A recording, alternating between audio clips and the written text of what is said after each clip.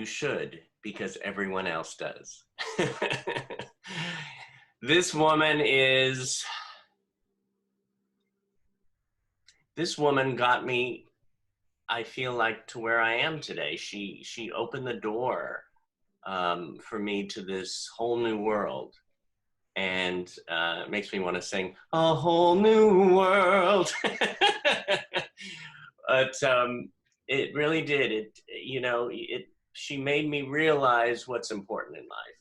And thanks for this woman, Gail Williamson. Gail Williamson. Hello. David.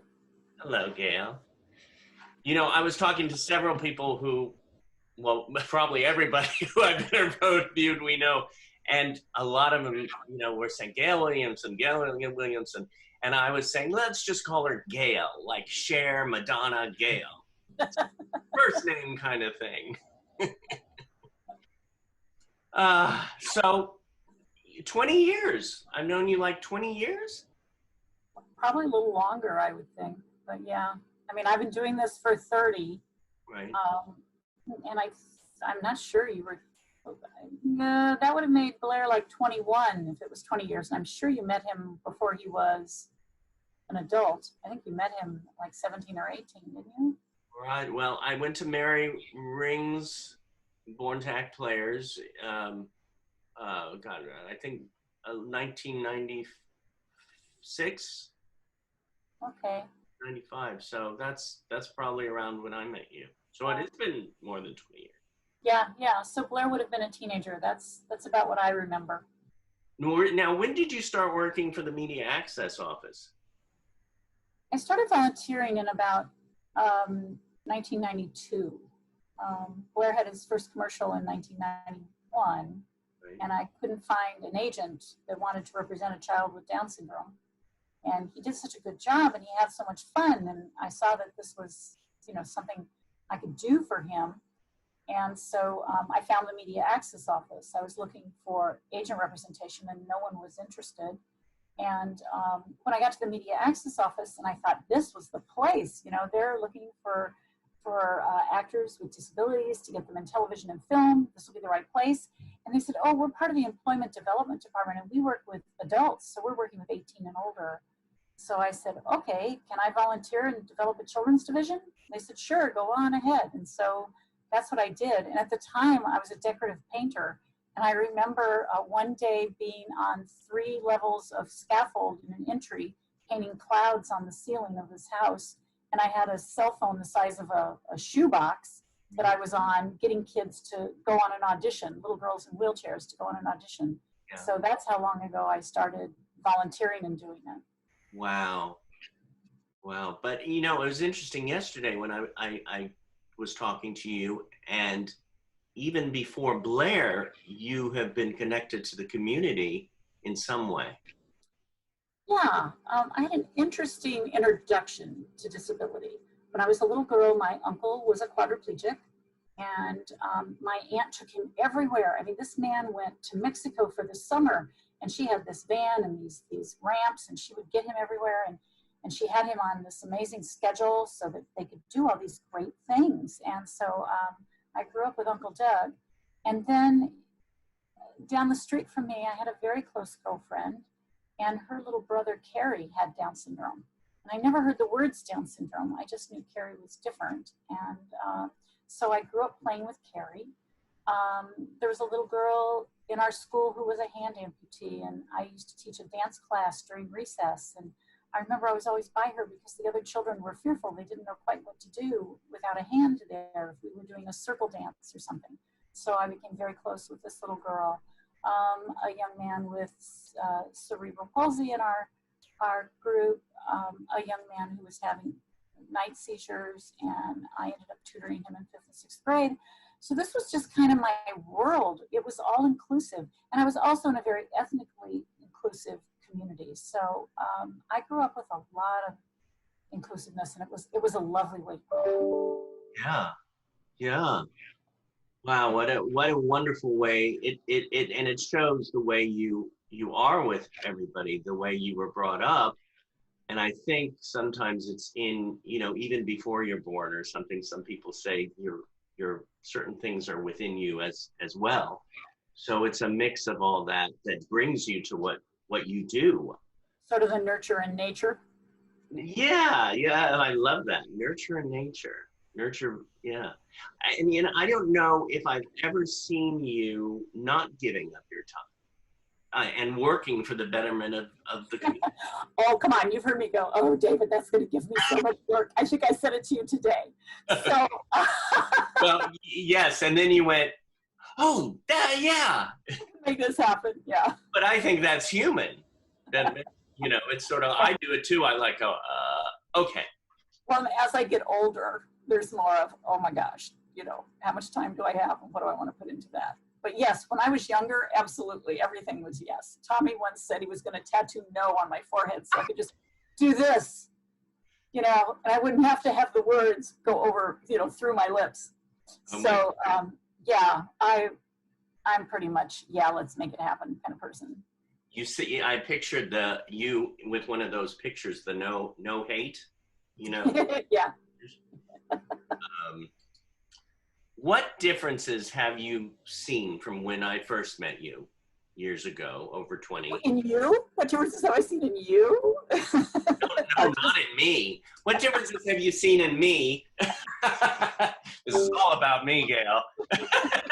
Now, what differences have you seen in the community, the advancements toward a more accessible and balanced life for people with disabilities in the entertainment industry, from 20 years ago to now? Okay. Well, even before 20, let's talk even back, you know, 30 years ago. I think I was mentioning to you the other day that in 1991, all the pilots not the pilots, but the shows that got picked up, one series had one person of color in it, if I recall correctly. Now, the number of series we have nowadays, you know, there were 4 channels, and of these 4 channels and how many new series they had, there was one person of color.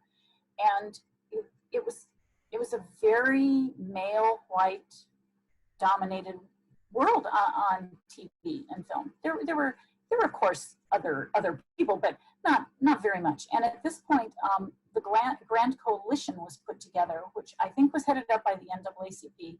This is all, you know, back 30 years ago, so I'm not right on everything maybe. But the NAACP put it together and invited the various entertainment ethnic groups to get together and decide what they would do to make sure this didn't happen again. And at the time, disability and I believe the LGBTQ community were not invited to the table. Just we weren't considered when they talked about diversity at that point. But what the Grand Coalition did that was very helpful is they established with all of the studios a vice president level in charge of diversity. And this was a wonderful thing. So when I started actually working with the Media Access Office in 92, probably about 94 by the time I really started working with them instead of just volunteering my time, one of my mandates was to get out there and get us included in these diversity programs at these studios. And ABC welcomed us with open arms. They were lovely. CBS took a little longer, a little more persuasion, but it happened. And Fox and NBC came along. And so that's how we got added to the diversity programs is, you know, slowly, one by one, getting picked up and brought in. So that was one difference, was that, first of all, we weren't seen as a part of the diversity scene at all 30 years ago. We weren't even considered that. Television started to pick up for a while. I mean, Norman Lear did great stuff for us. Look at you. He was probably the producer with the one guy, African American, right? Probably, if we go back and look, I don't know. But yeah, I mean, he did great work for us. And then kind of Hollywood took off with the LGBTQ community in TV and film, very strong. And I attribute them pulling on ahead because there were executives from the LGBTQ community in studios, where I don't think we had the representation for people with disabilities. But they threw us a line. They've been wonderful. GLAAD has always done a report on performers with disabilities as well as their own report every year when they do the new shows. They've been great. Wonderful mentors to the community of people with disabilities. So here we are to where we are today. I would say in the last 5 years, we've had at least, if not more movement than we had in the first 25. I think that now it's moving very fast. I think we have a few things that have made that happen. One is that we now have people in executive positions who went to school in full inclusive educations and knew people with disabilities. Not until 1975, I might be a year off, 1970, did we have Public Law 94142 that guaranteed an inclusive education for children with disabilities. Prior to that, that was not guaranteed. So many people didn't understand knowing someone with a disability. They didn't have someone in their life with a disability. And if you don't have it in your life, and if you're not exposed to it, let's go back and talk about the fact we've all been told, don't stare, don't point, don't look.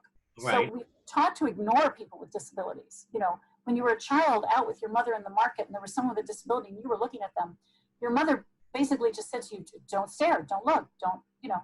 So we all were taught to do that. Right. From I the very never thought of that, but yeah, it's so true. Yeah, yeah. So we weren't told, well, go ask that person about them or go meet that person. We were told, don't look at them, don't. So anyway, that's how we were brought up, a lot of us. So now we've got these people in executive positions that have started to be, you know, more connected to the community. We have, if before, let's say there was a child with a disability that was home with mom and dad was at work. Back in the 50s, the 60s, the 70s, the 80s, mom took care of that child and dad went to work. Now, in the 2000s, you know, my son will take a day off work just to go on his daughter's checkup with the pediatrician annually. Fathers are more invested in their child's raising now. So I think an executive I'm talking male specific, there's female executives too, but whichever the executive is that's in an office is more apt to do more care of their child than they did back years gone by, 70s, 80s. You know, they're more involved in that child's life. I think it's more in their mind. You know, we've got social media now to talk about the connection we have. My son with Down syndrome was born. Many of the books, this was in 79, many of the books available to me were about mongoloids. They were not about children with Down syndrome. And at the library, at the public library, that was my choices of what I could look at. And to meet with other parents, I would go to a church basement where we would have mimeograph sheets of paper with information about Down syndrome on it. Right. Now, you know, I open my internet. If I look at Google News and I put in Down syndrome, I get the prom queen and the cheerleaders, and I get, you know, somebody just graduated college and somebody works for Bo and Biddy's, you know, coffee in North Carolina. And those are the stories I get now. It's a very, very different world for people with disabilities. And I know I'm sort of internalizing it to my own experience. No, that's the way it is. I know that experience has happened on levels with people who are deaf, people who are blind, people in wheelchairs. You know, across the board, it's changed like that. I'm very sure. So in 79, it was mongoloid, and then it went on to the R word. Well, we were Down syndrome, but the books that had been written were still, you know, caught back in the history. Any new book in 79 was saying Down syndrome. Yeah. But old books were what were available to me. BLAIR was diagnosed with mental retardation when he was a child. He had educable mental retardation. Now, mental retardation is not so much a diagnosis anymore, but because it was a diagnosis, is why the R word is so offensive. You were actually taking retardation, which was in his diagnosis, and making that the brunt of the joke. So that's part of why the R word is so offensive. It's very nice that we've come a ways. I mean, I remember when we were out, you know, picketing Tropic Thunder. And the big fear was that they were bringing into American culture and the world's culture this don't go full retard. I mean, those were things that you knew you would hear again. And that was the big complaint, was the overuse of the word just to rile people, and creating nomenclature fall into jargon that we didn't want, you know. So yeah, boy, took a turn there, didn't I?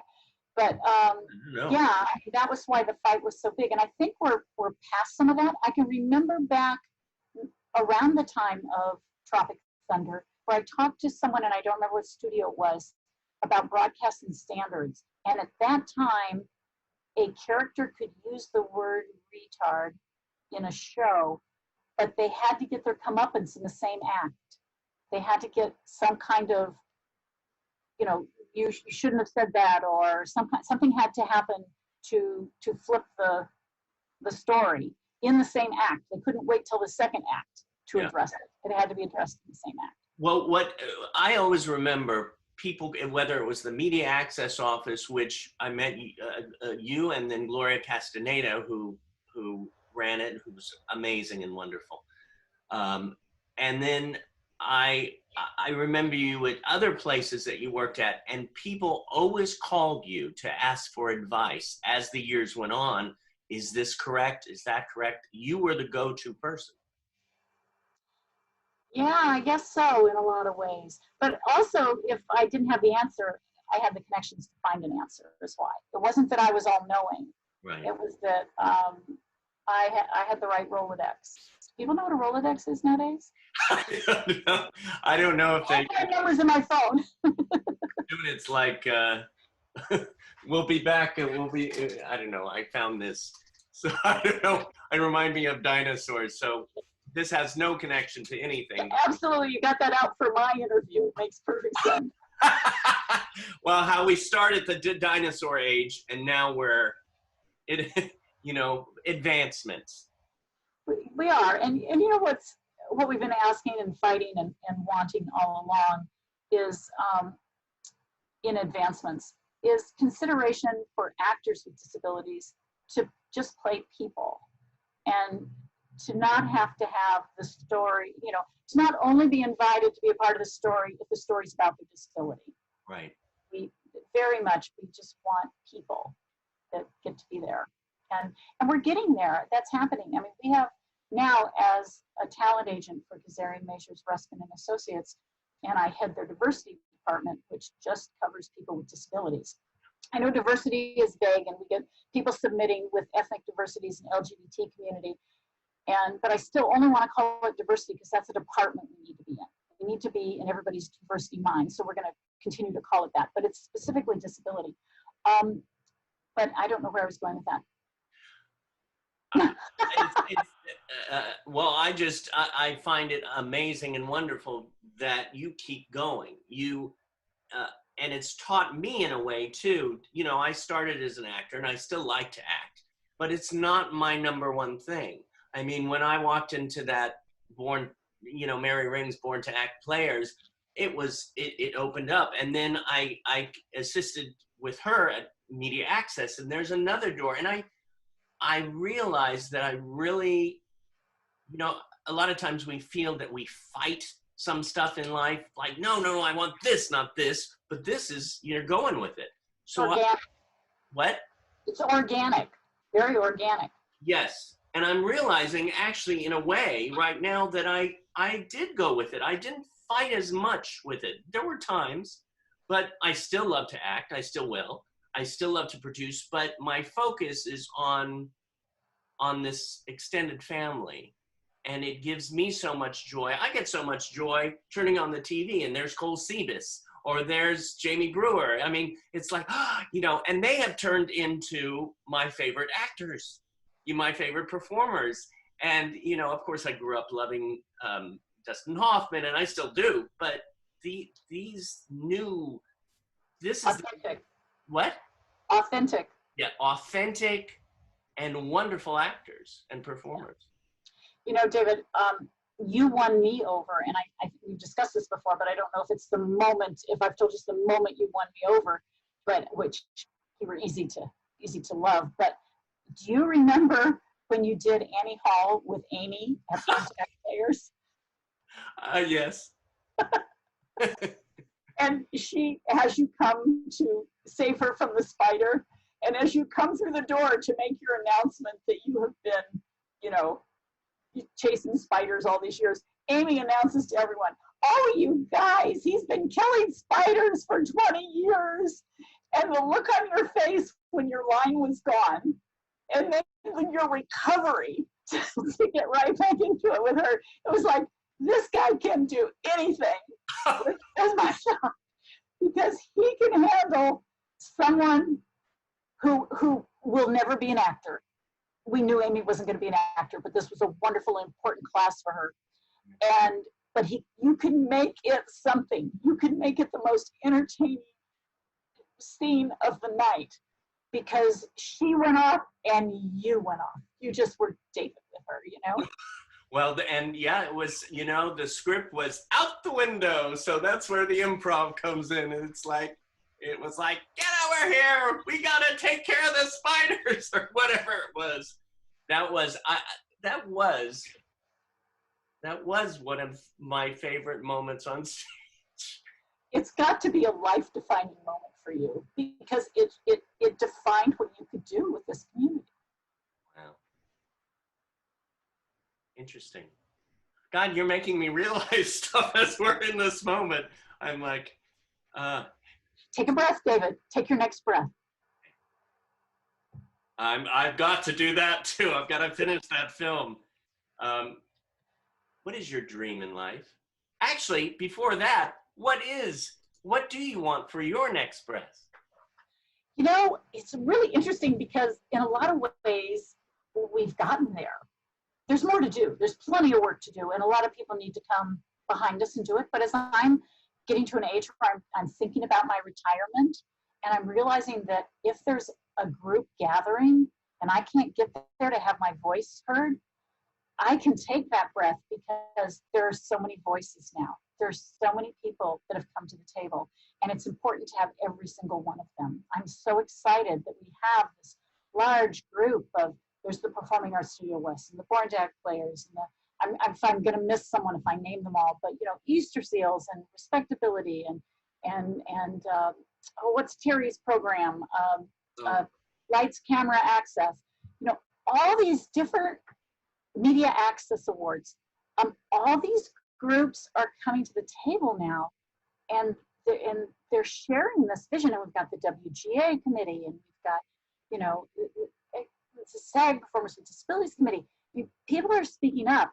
It wasn't that way when I started. There were a few of us, and if one of us couldn't make it, we'd, you know, get on the phone and try to make sure one of the others could. But now I just go, so part of me goes, I've accomplished what I wanted to accomplish. There's disciples now. There's people out there doing the work, and there are executives now who are on. There are people who believe in us, who aren't just the people in the trenches. It's the people with the power that believe in us now. And that's pretty miraculous. Yeah. And we see it. It's like popcorn in a way of the certain roles that are starting to come out, and they just like, it's a forest of fruit. And if that makes sense, it's like, here is something to make us all grow. Because as I say, and I've said this many times, we're all on this one little blue marble, you know, might as well work together. Yeah. Oh yeah. No, very much so.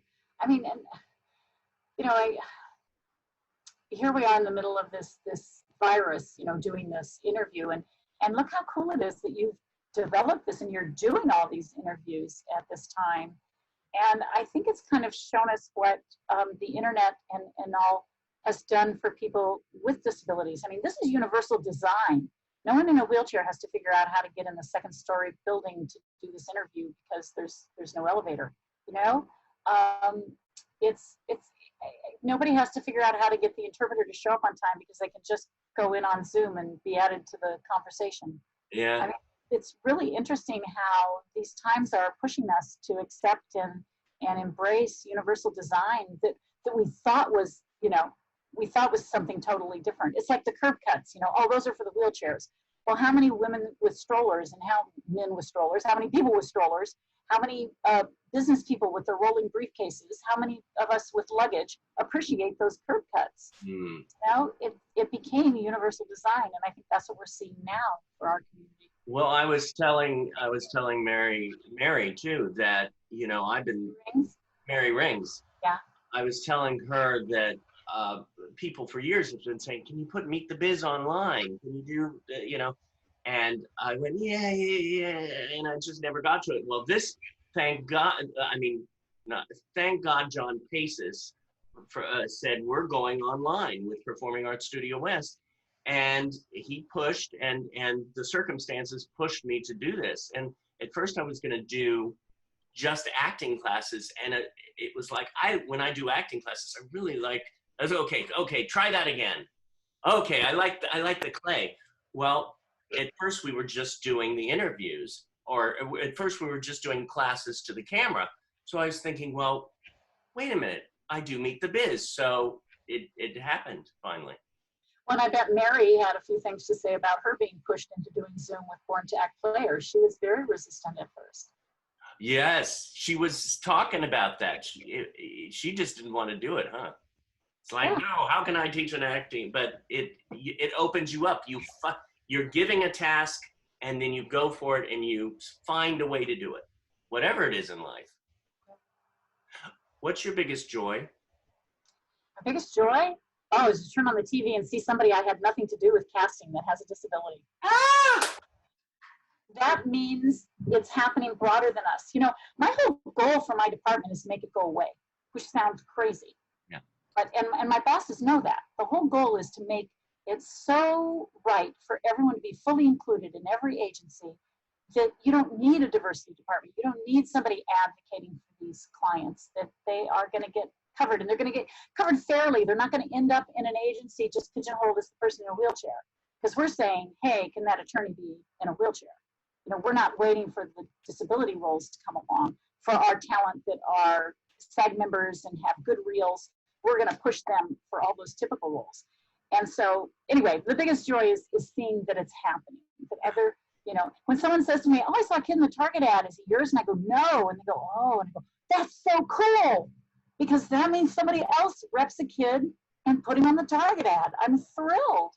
Because that's, you know, if I took everybody and we just kept them, you know, it would never happen. It needs to be full inclusion. Everybody needs to be represented. Everybody working, and that's why I love, you know, what I do with Meet the Biz is bringing inclusion films and actors for autism and Born to Act players and Performing Arts Studio West and all the different groups, as well as going out to the Gay and Lesbian Center. We did classes there, and at Screen Actors Guild and the Writers Guild, just going everywhere to have that inclusion.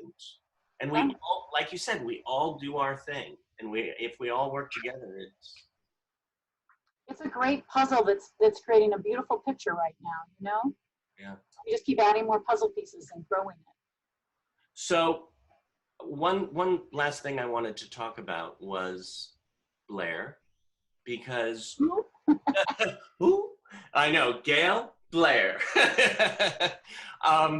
Because beside, you know, opening the window and the door to two new worlds for me, you introduced me to this amazing so-called brother of mine, extended family, that you call me up, hey, you want to come on the set with us and coach and this and that, and it's just been again another okay, and such, it keeps me going.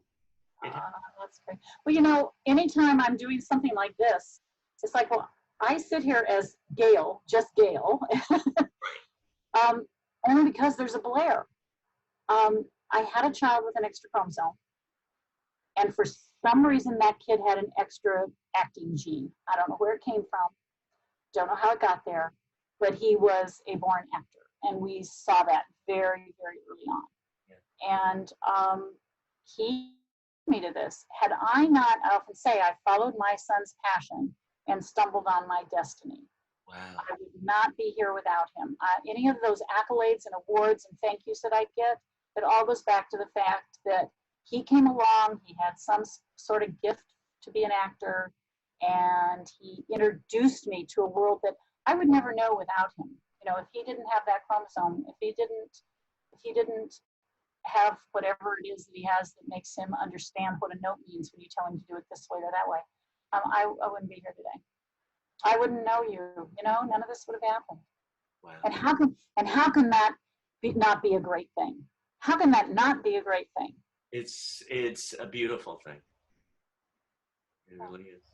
So I, you know, owe a lot to him. I owe a lot to my entire family. I mean, my husband has put up with me loving this passion and pushing for it, and he's supported me through it. My other son has been there for us and you know, supported his brother and loved his brother through it. My nieces that all came to live with us supported BLAIR. I can't tell you how many times I was working and somebody had to be here and somebody had to be there, and some kid drove him across to Hollywood for me to meet him for his audition there. You know,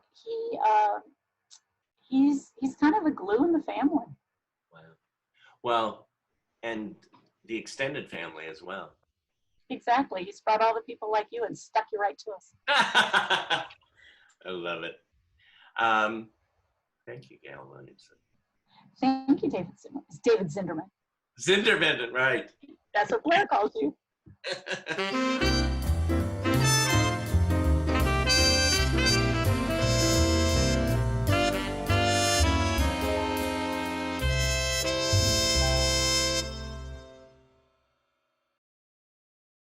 Writer, producer, actor, director, BLAIR Williamson. There he is. Hey, look at that. What a beautiful portrait.